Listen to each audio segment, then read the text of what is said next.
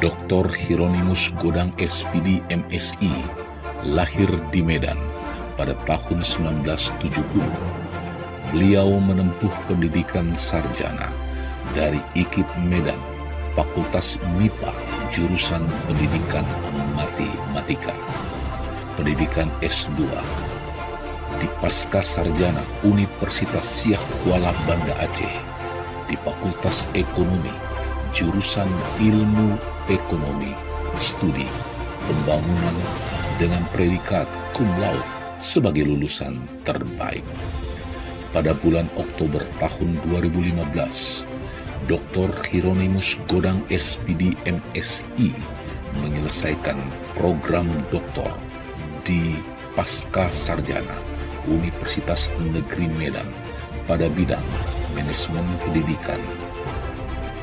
Dr. Hieronymus Godang SPD MSI merupakan alumni program pendidikan reguler Angkatan 54 Lembaga Ketahanan Nasional Republik Indonesia.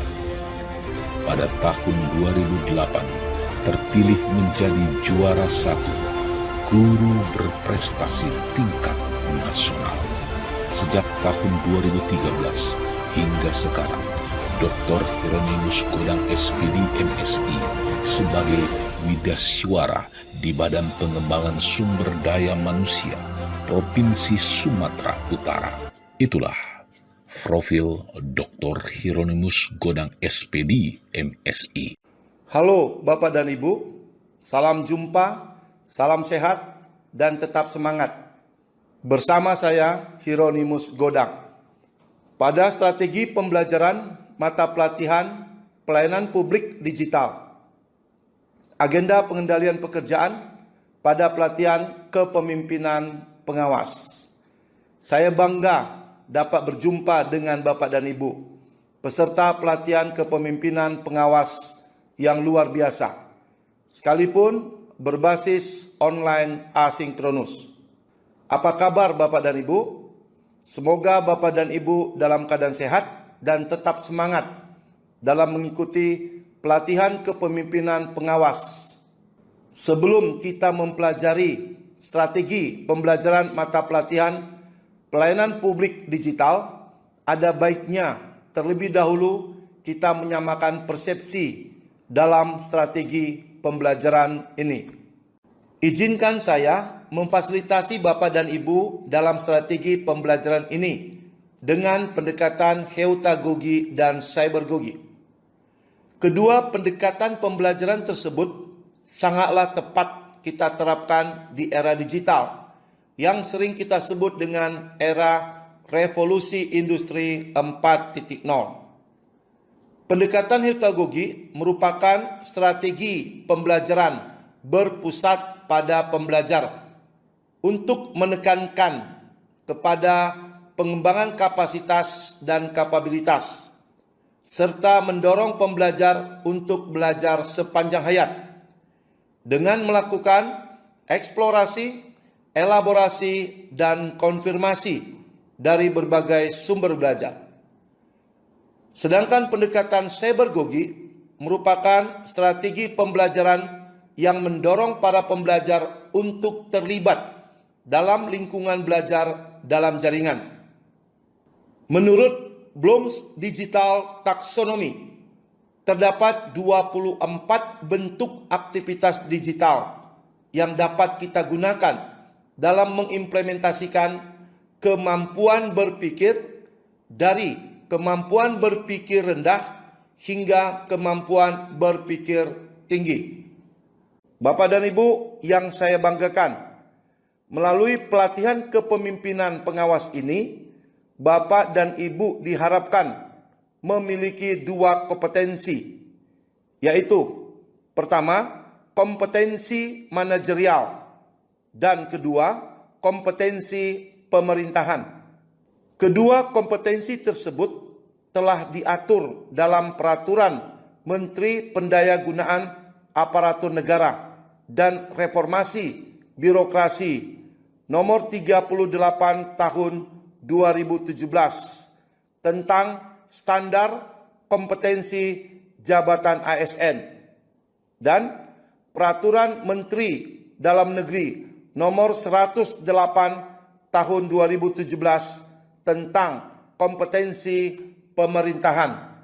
Dengan penguasaan terintegrasi, diharapkan Bapak dan Ibu dapat mewujudkan sosok kepemimpinan berkinerja tinggi yang ditunjukkan dengan dua kemampuan, yaitu pertama, Bapak dan Ibu mampu membangun karakter dan sikap perilaku kepemimpinan Pancasila yang berintegritas, menjunjung tinggi etika birokrasi, dan bertanggung jawab dalam pengendalian pelayanan publik di unit kerja sebagai bentuk perilaku kepemimpinan Pancasila dan bela negara.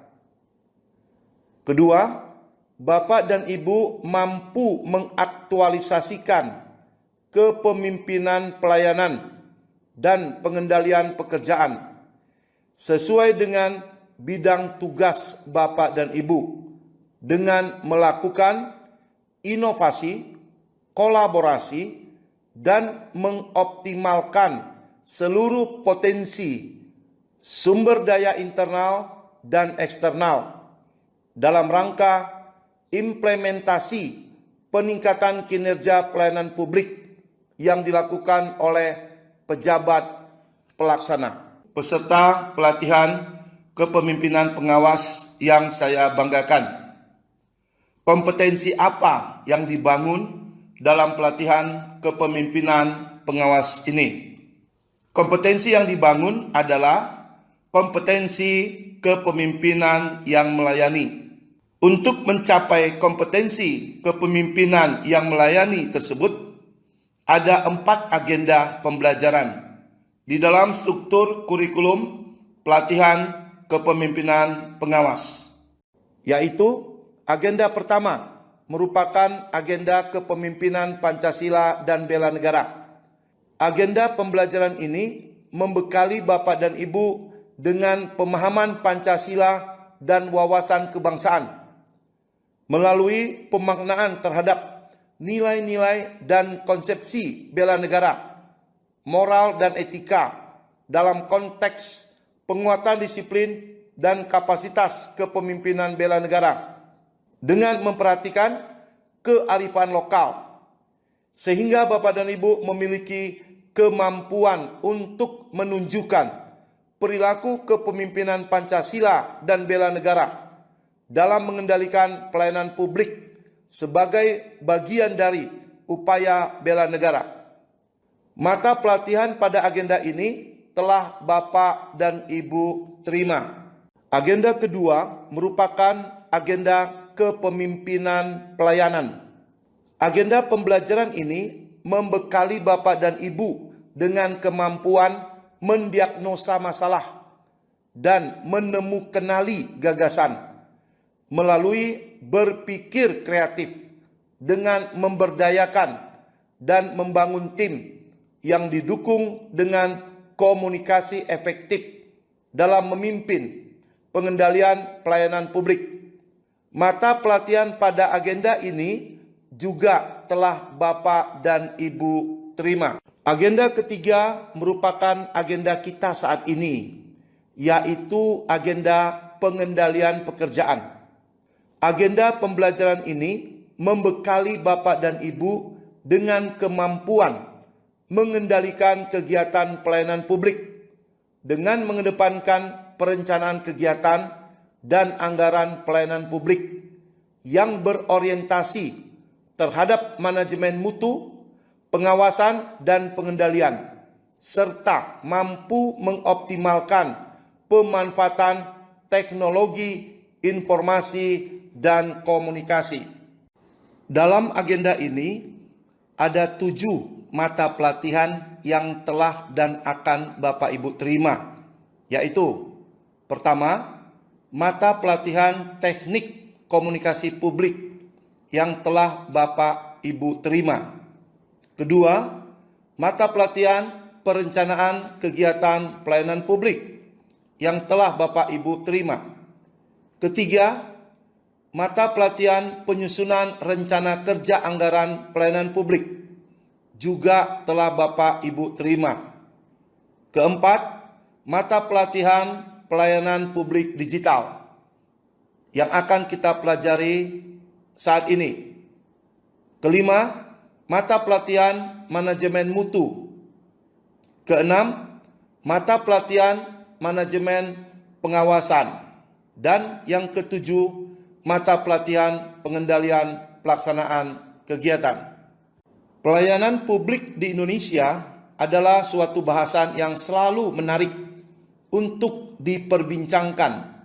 Hal ini dikarenakan pelayanan publik yang selama ini berlangsung di Indonesia masih belum dapat dikatakan memuaskan. Apabila dilihat dari berbagai masalah yang ada di dalam proses pelayanan publik. Hal tersebut dapat terlihat dari banyaknya keluhan masyarakat sebagai pihak penerima layanan. Perkembangan teknologi informasi dan telekomunikasi telah melahirkan model pelayanan publik yang dilakukan melalui e-government.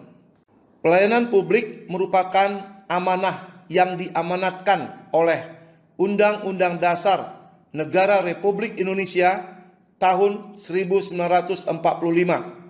Negara memiliki kewajiban melayani setiap warga negara dan penduduk untuk memenuhi hak dan kebutuhan dasarnya dalam rangka pelayanan umum dan meningkatkan kesejahteraan masyarakat. Saat ini, penyelenggaraan pelayanan publik yang dilaksanakan oleh aparatur pemerintah dalam berbagai sektor pelayanan, terutama yang menyangkut pemenuhan hak dan kebutuhan dasar masyarakat, kinerjanya masih belum seperti yang diharapkan.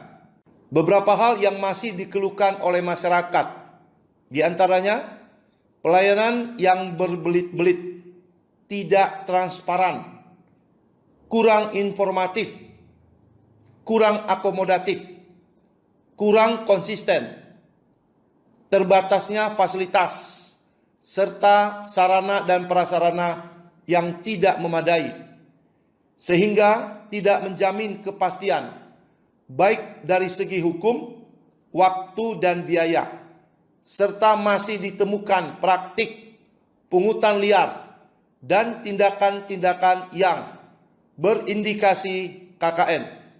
Berdasarkan Undang-Undang Nomor 25 Tahun 2009 tentang pelayanan publik, penyelenggaraan pelayanan publik harus berlandaskan pada ajas kepentingan umum, kepastian hukum, kesamaan hak, keseimbangan hak dan kewajiban, keprofesionalan, partisipatif, persamaan perlakuan atau tidak diskriminatif, keterbukaan, akuntabilitas, fasilitas dan perlakuan khusus bagi kelompok rentan, ketepatan waktu, serta kemudahan dan keterjangkauan.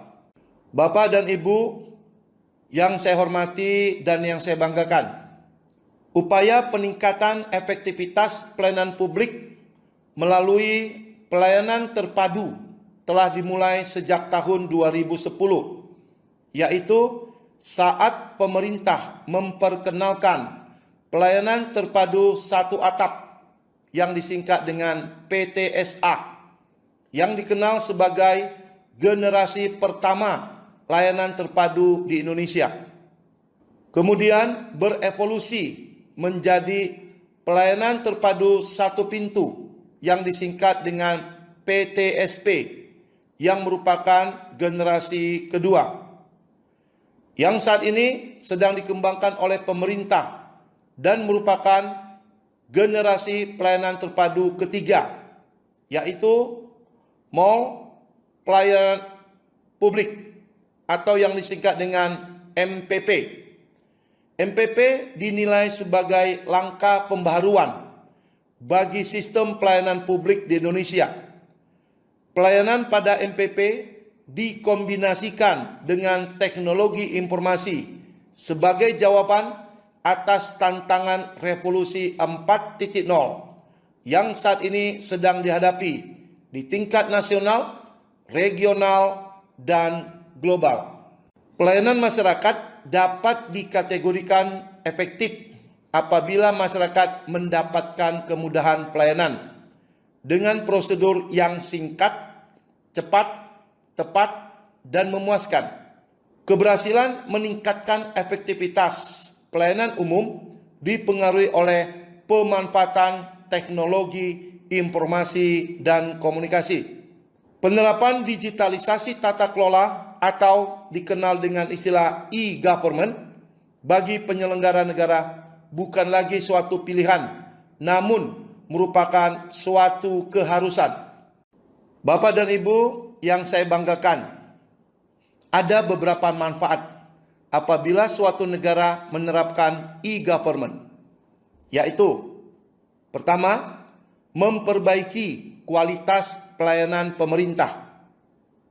Kedua, meningkatnya transparansi, kontrol, dan akuntabilitas penyelenggaraan pemerintah. Ketiga, mengurangi secara signifikan total biaya administrasi, relasi, dan interaksi yang dikeluarkan oleh pemerintah. Keempat, memberi peluang bagi pemerintah untuk mendapatkan sumber-sumber pendapatan baru melalui interaksi dengan pihak-pihak yang berkepentingan. Kelima, menciptakan suatu lingkungan masyarakat baru yang dapat secara cepat dan tepat menjawab berbagai permasalahan yang dihadapi sejalan dengan berbagai perubahan global dan tren yang ada. Dan keenam, memberdayakan masyarakat dan pihak-pihak lain sebagai mitra pemerintah dalam proses pengambilan berbagai kebijakan publik secara merata dan demokratis. Kehadiran Peraturan Presiden Nomor 95 Tahun 2018 tentang Sistem Pemerintahan Berbasis Elektronik yang disingkat dengan SPBE merupakan babak baru bagi tata kelola atau manajemen pemerintahan di Indonesia. Berdasarkan kebijakan tersebut, seluruh instansi pemerintah wajib menerapkan SPBE yang lebih dikenal dengan e-government. Berdasarkan data di tingkat global, penerapan sistem pemerintahan berbasis elektronik yang dilakukan oleh pemerintah Indonesia menunjukkan peningkatan. Hasil survei e-Government Development Index yang menunjukkan bahwa Indonesia berada di ranking 88 dari 193 negara di tahun 2020. Berdasarkan data di tingkat nasional, sebanyak 82 instansi pemerintah, 13,31% berpredikat baik, sangat baik, dan memuaskan. Sedangkan 534 instansi pemerintah, 86,69% berpredikat cukup dan kurang. Potret SPBE nasional itu belum sesuai target yang diharapkan, mencapai kategori predikat baik dengan indeks 2,6 atau lebih yang diharapkan dapat tercapai. Bapak dan Ibu yang saya hormati dan yang saya banggakan, tantangan dalam implementasi pelayanan publik digital bukan merupakan masalah pemerintah saja, tetapi masalah bersama seluruh stakeholder terkait. Secara umum, terdapat beberapa tantangan dalam mengimplementasikan pelayanan publik digital, yaitu pertama, kepemimpinan. Kedua, kebijakan atau regulasi. Ketiga, infrastruktur telekomunikasi. Keempat, tingkat konektivitas dan penggunaan IT oleh pemerintah. Kelima, kesiapan sumber daya di pemerintah. Keenam, ketersediaan anggaran. Ketujuh, perangkat hukum. Dan kedelapan, perubahan paradigma. Bapak dan Ibu peserta pelatihan kepemimpinan pengawas yang saya banggakan dan yang saya hormati. Di akhir pertemuan kita ini, saya berharap kepada Bapak dan Ibu untuk terlebih dahulu membaca dan memahami modul pelayanan publik digital ini. Dan juga diharapkan Bapak Ibu melakukan eksplorasi, elaborasi, dan konfirmasi dari berbagai sumber belajar. Sesuai jadwal mata pelatihan pelayanan publik digital, kita akan bertemu secara klasikal atau non-klasikal untuk berdiskusi lebih dalam tentang perkembangan lingkungan strategis, baik di tingkat nasional, regional, dan global dalam mengimplementasikan e-government. Terima kasih, salam hormat, salam sehat dari saya, Hieronymus Godang.